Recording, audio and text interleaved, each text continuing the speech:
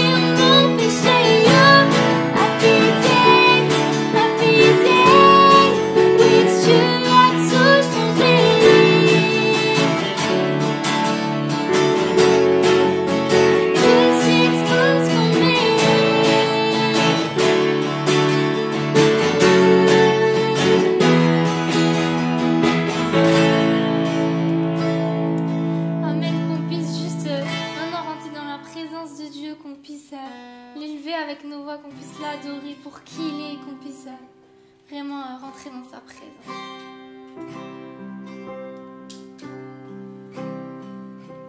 Tu m'as ébloui par tes mélodies, tu m'entoures d'un chant d'amour, chant de délivrance devant mes ennemis. Toutes mes craintes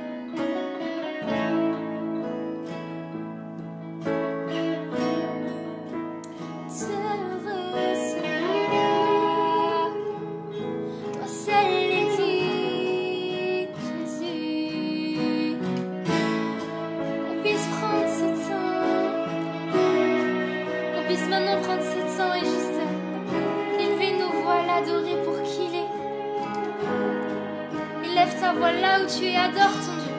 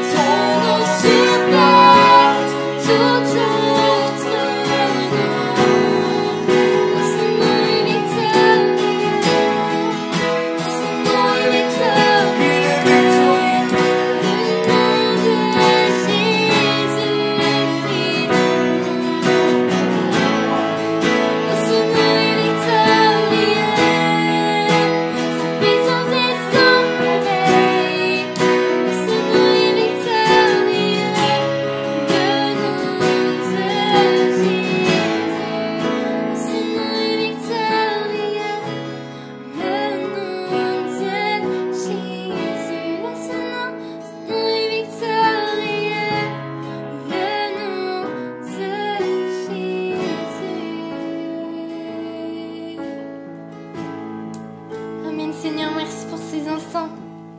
Merci pour ta présence. Merci pour ton esprit qui était là, que tu puisses guider ces instants et nous parler, Jésus. Amen. Bonjour à tous. Merci de nous suivre au travers de notre chaîne YouTube.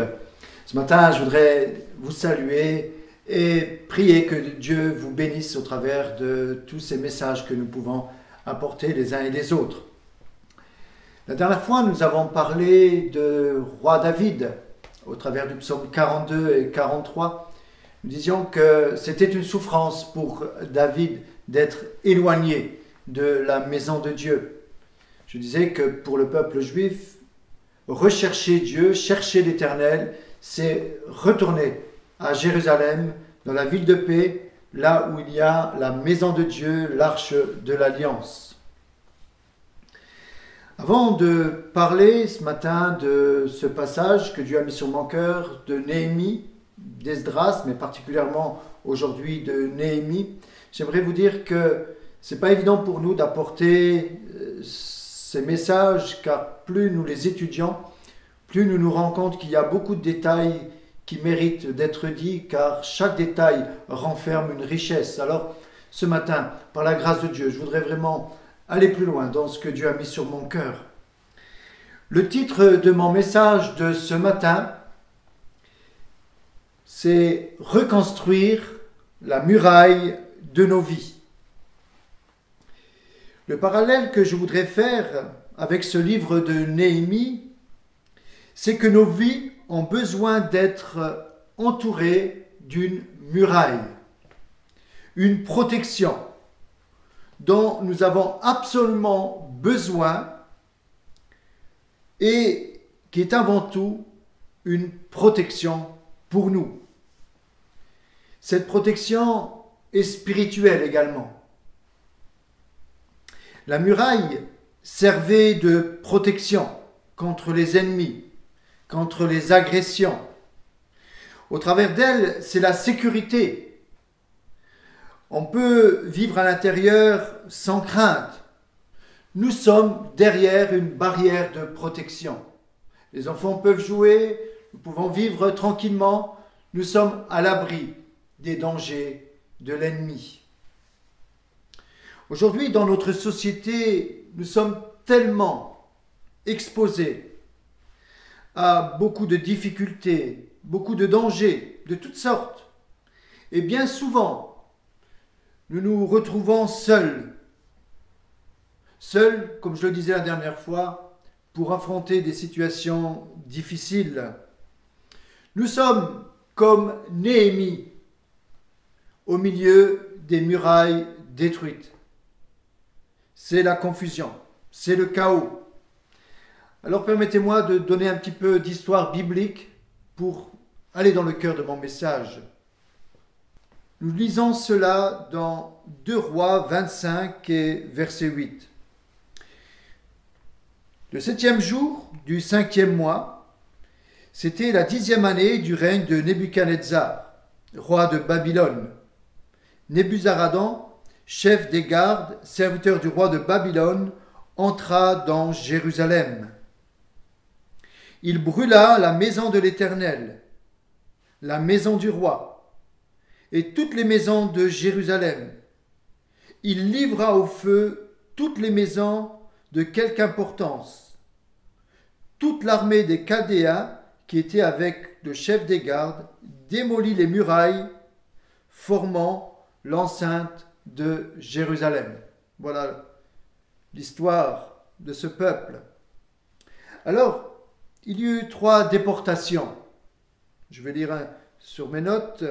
La première déportation a eu lieu en 597 avant Jésus-Christ, pendant le règne de Joachim, roi de Juda.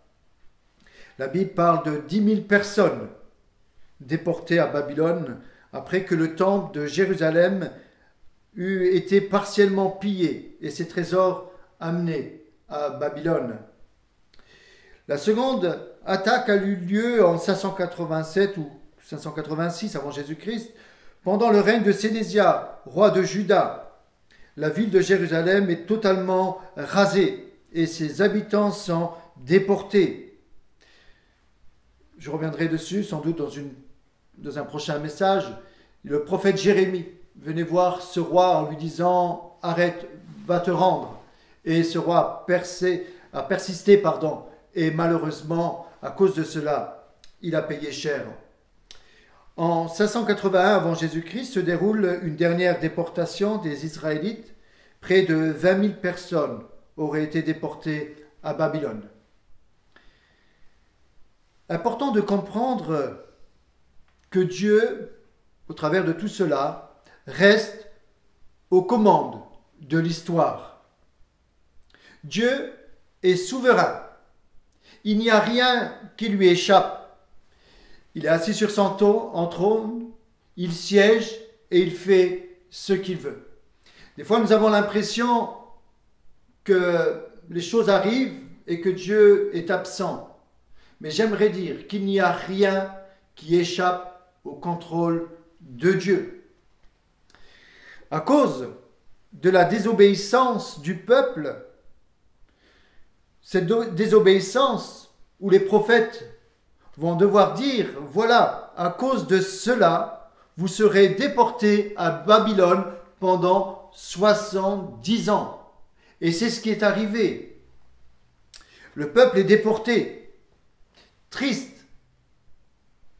Triste d'être loin de la maison de Dieu.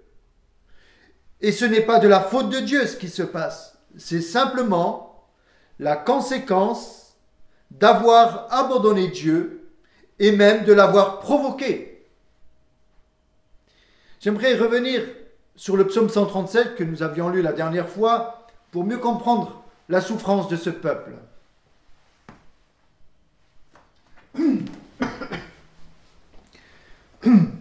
Sur les bords du fleuve de Babylone, nous étions assis et nous pleurions en nous souvenant de Sion.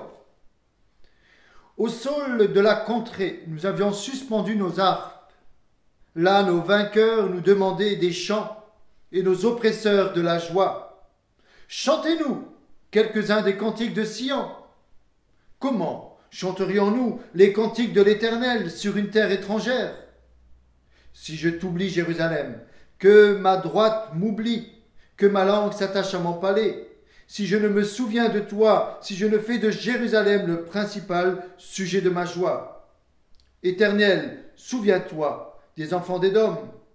Oui, dans la journée de Jérusalem, disait, rasez, rasez jusqu'à ses fondements.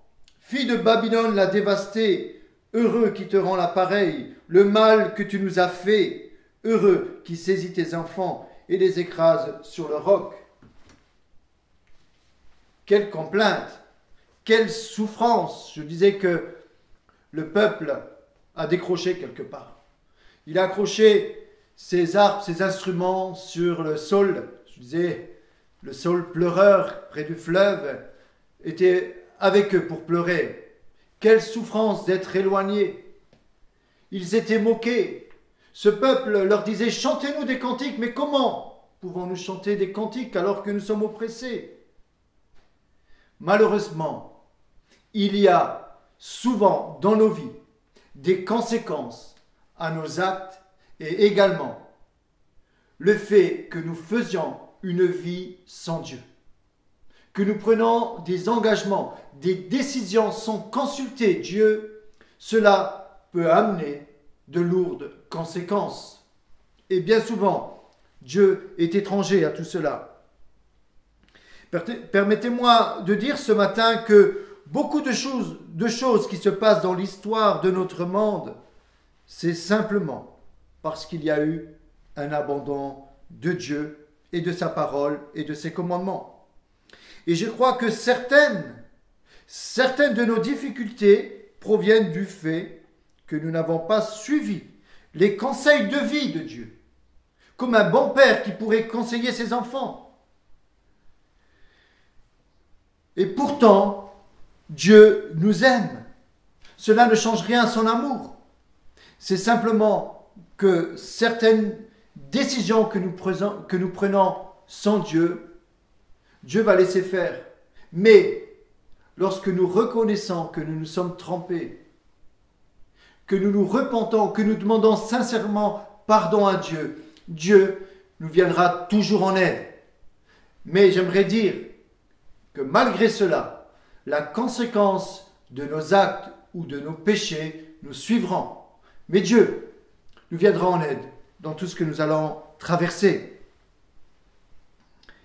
C'est l'histoire de ce peuple. Ce peuple qui n'a pas seulement abandonné Dieu, mais qui l'a même provoqué. Par moments, il a préféré même donner d'autres sacrifices à d'autres dieux qu'au vrai Dieu l'Éternel. Et pourtant, Dieu sans cesse envoie ses serviteurs pour l'appeler, pour lui dire de revenir et de revenir. Je le disais que Dieu est au contrôle de l'histoire. Dieu va permettre ce retour du peuple dans le pays de Canaan. En 539, ce roi Cyrus, il va détruire cet empire néo-babylonien. Nous pouvons lire dans le prophète Ésaïe une chose étonnante, incroyable, qui nous démontre que Dieu est au contrôle de toutes choses. Ésaïe 44, verset 28, il nous est dit « Je dis de Cyrus, il est mon berger, et il accomplira toute ma volonté. Il dira de Jérusalem qu'elle soit rebâtie, et du temple qu'il soit fondé. » 150 ans avant environ la venue de ce roi, il est prophétisé qu'il sera roi. On connaît même son nom. Il n'est pas encore né, on connaît déjà sa destinée. Dieu tient tout dans ses mains. Avant notre naissance déjà, il connaissait tout ce qui est prévu pour notre vie.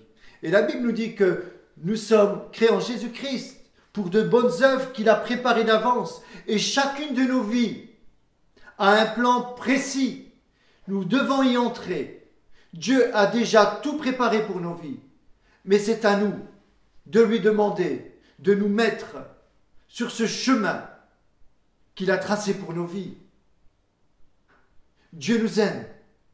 Et même si aujourd'hui on ne croit plus en cela, on a raccroché nos rêves, comme je le disais, nos arts, nos instruments, nos ambitions, j'aimerais dire que Dieu tient tout dans ses mains. Et lorsque notre cœur se déchire pour Dieu, se retourne, reconnaît, à ce moment-là, Dieu va nous reprendre comme le retour de cet enfant prodigue. Lorsqu'il va revenir à la maison de son père va le réhabiliter. Oh, que c'est beau!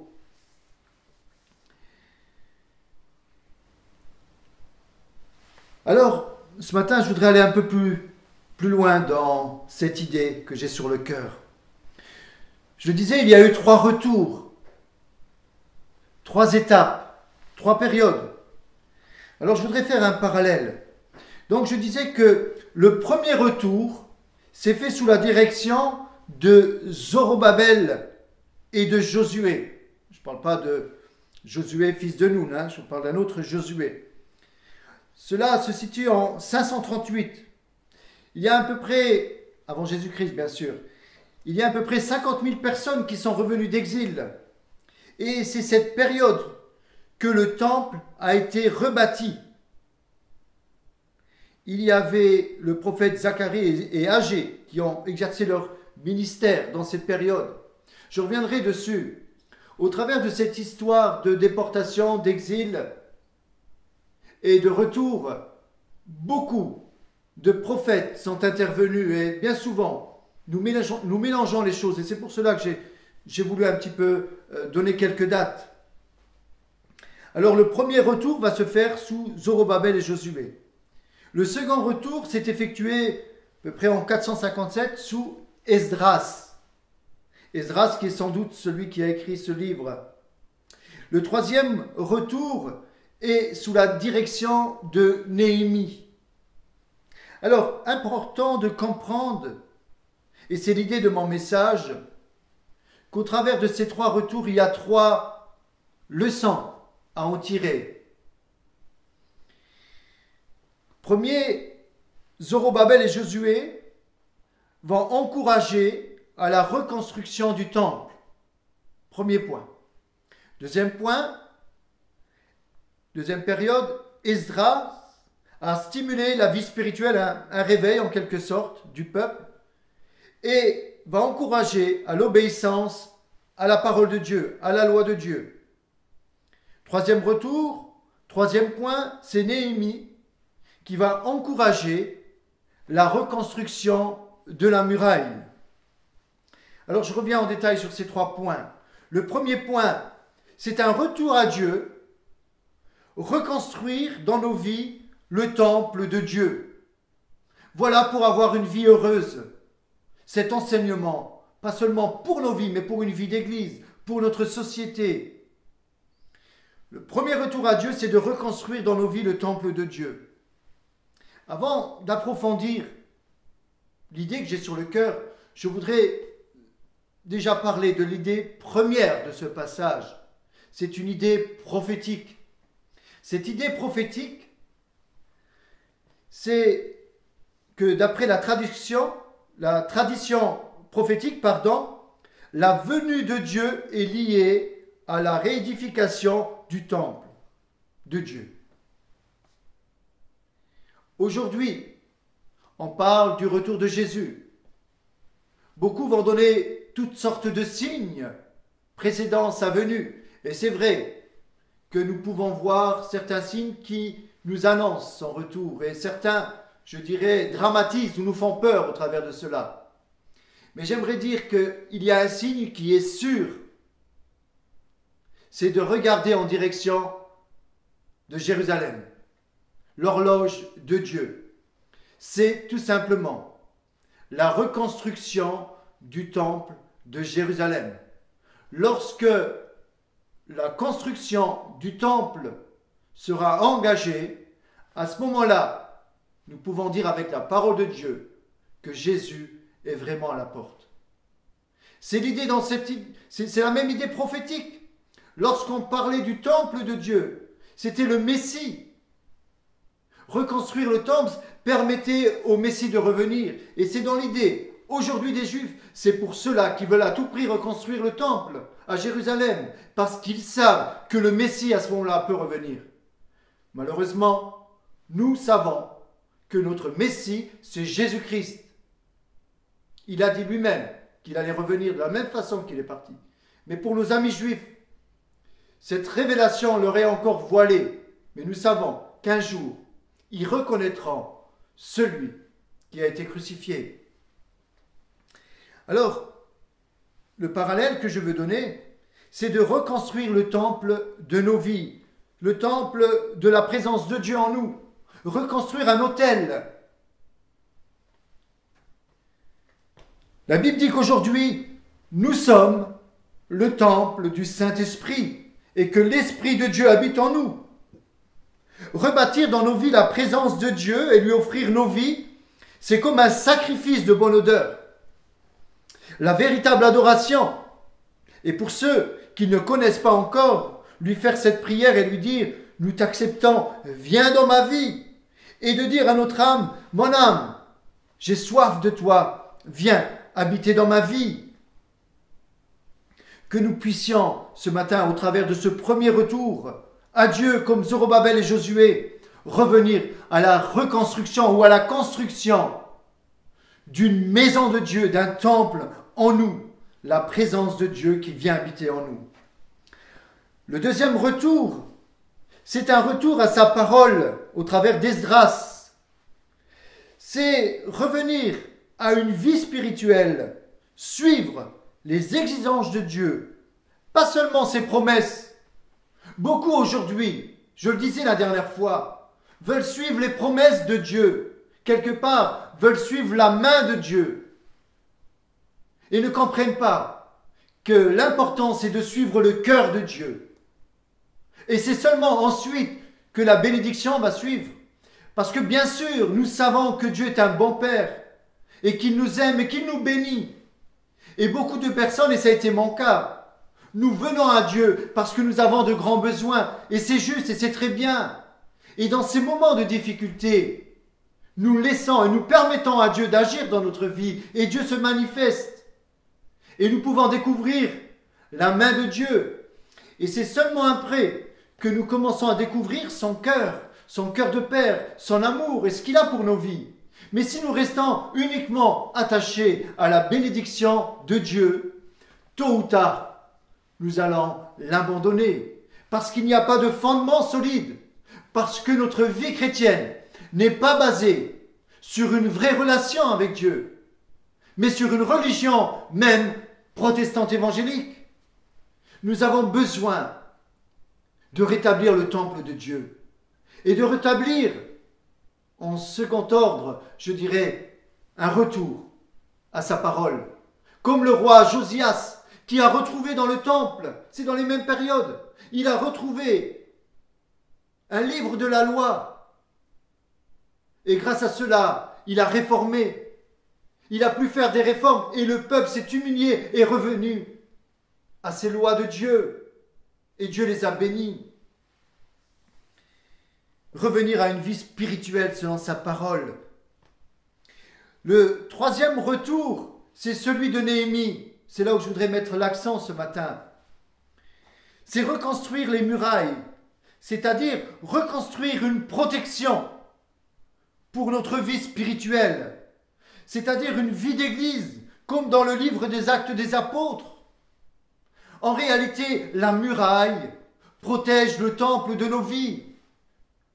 La muraille qui est par terre actuellement, qui a besoin d'être relevée, nous parle d'une protection que nous avons besoin de rebâtir autour de nous, face à toute agression qui peut nous atteindre. Acte 2, 42, voilà une de mes définitions de la muraille. Il persévérait dans l'enseignement des apôtres, dans la communion fraternelle, dans la fraction du pain et dans les prières. Voilà une muraille à rebâtir.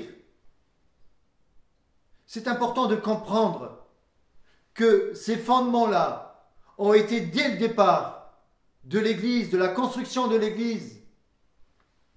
Nous avons besoin de persévérer dans l'enseignement des apôtres, dans la communion fraternelle, dans la fraction du pain, dans les prières. Tout cela sont des pierres que nous avons besoin de mettre l'une sur l'autre.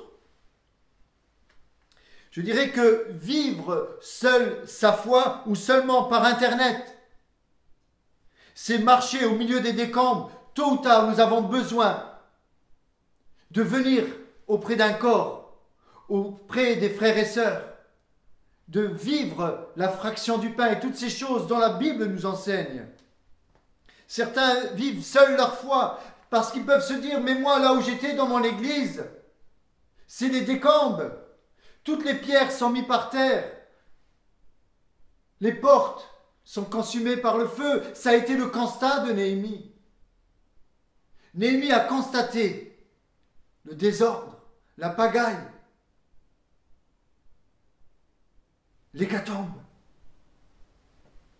Je crois que c'est important de comprendre que pour reconstruire solidement, je dirais que le ciment que nous devons mettre entre toutes ces pierres, c'est simplement le Saint-Esprit qui va nous diriger, qui va nous conduire.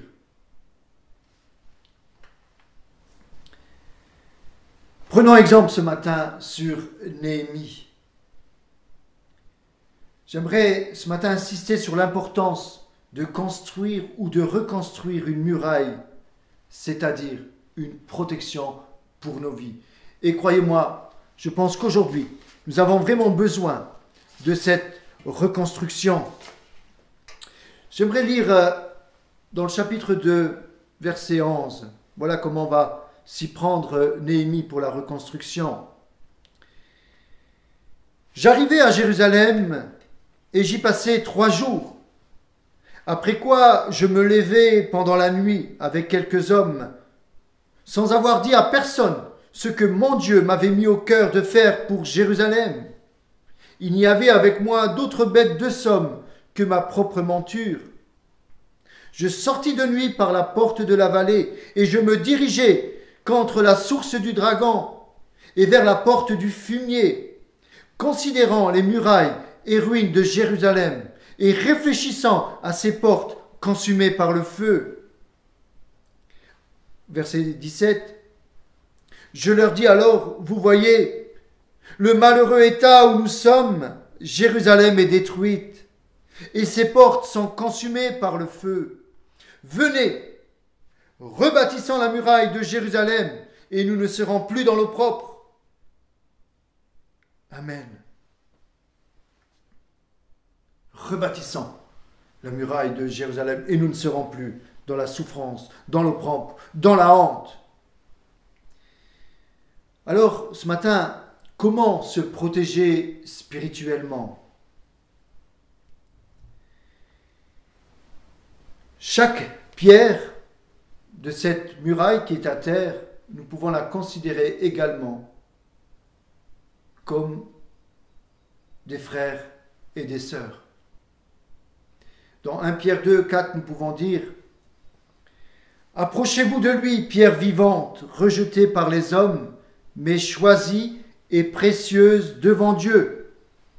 Et vous-même, comme des pierres vivantes, édifiez-vous pour former une maison spirituelle, un saint sacerdoce, afin d'offrir des victimes spirituelles agréables à Dieu par Jésus-Christ. » Alors la première chose que Néhémie va faire, et je crois que je m'arrêterai là pour aujourd'hui, il va tout d'abord se renseigner sur l'état des choses. C'est-à-dire, il va faire un constat de la situation. Il va faire un état des lieux de la situation. Et seulement ensuite, il va prier et agir. Je crois que nous avons besoin de nous asseoir et de calculer la dépense, comme dit la parole de Dieu, et de réfléchir sur ce qui va, ce qui ne va pas. Pas seulement à notre convenance, mais ce qui va et ce qui ne va pas aux yeux de Dieu. Disons-lui comme David, montre-moi. Si je suis sur une mauvaise voie, montre-moi-le. Pourquoi ne faisons-nous pas cette prière? Bien souvent, c'est parce que nous avons peur que Dieu nous révèle la réalité, la vérité. Bien souvent, nous prenons des chemins où je dirais que nous endurcissons notre cœur dans certaines directions parce que nous sommes convaincus au fond de nous-mêmes que nous sommes dans la vérité. Mais j'aimerais dire, et combien de fois je me suis fait avoir dans ma propre vie, souvent cette prière m'a amené à lui dire à notre Dieu, Seigneur, regarde si je suis sur une mauvaise voie. Cela sous-entendait cette autre prière. Seigneur, non pas ma volonté, mais ta volonté. Et je le dis souvent, lorsque nous prenons des décisions importantes, ne les prenons pas seuls. Entourons-nous de serviteurs de Dieu, d'hommes sages, d'hommes qui peuvent nous diriger. La sagesse est dans les nombreux conseillers, nous dit la parole de Dieu.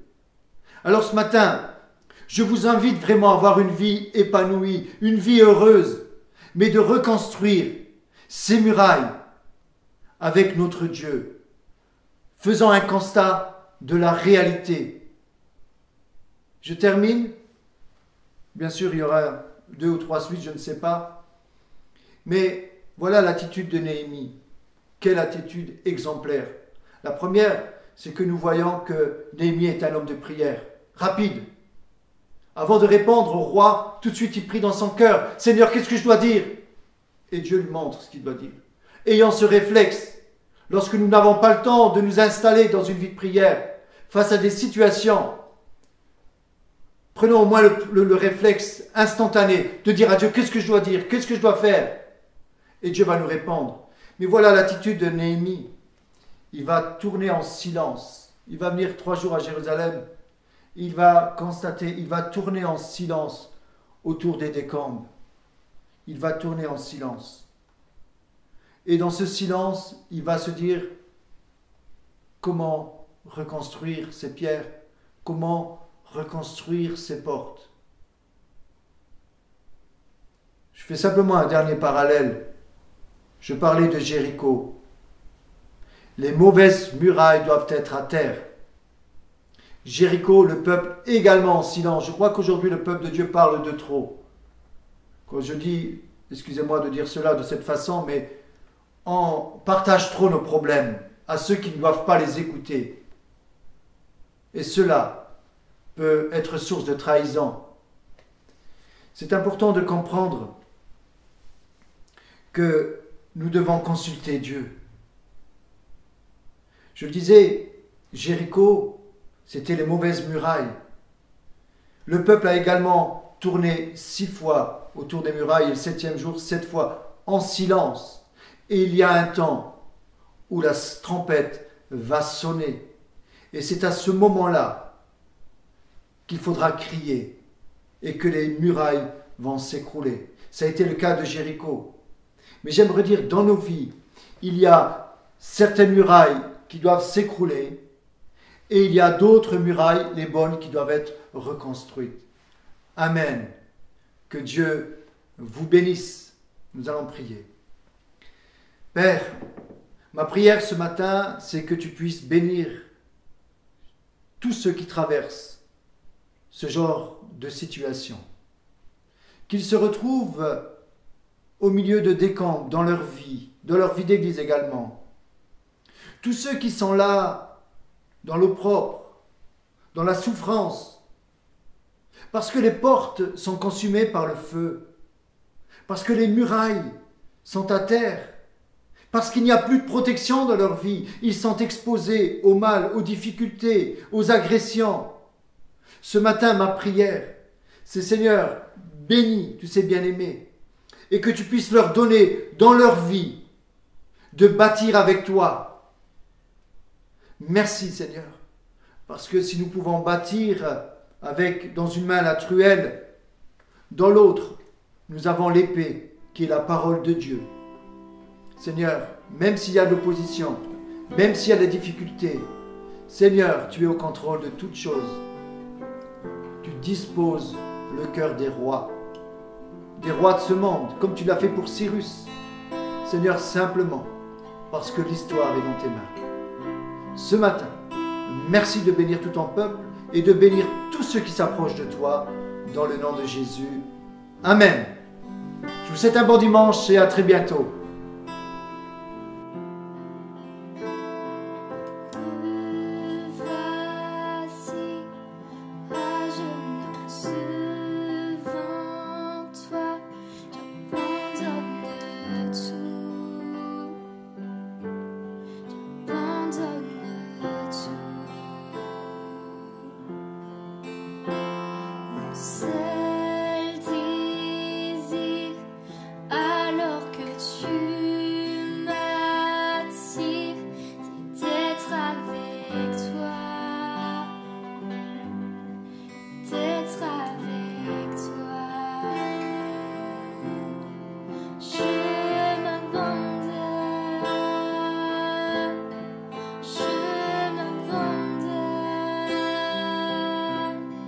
Je veux te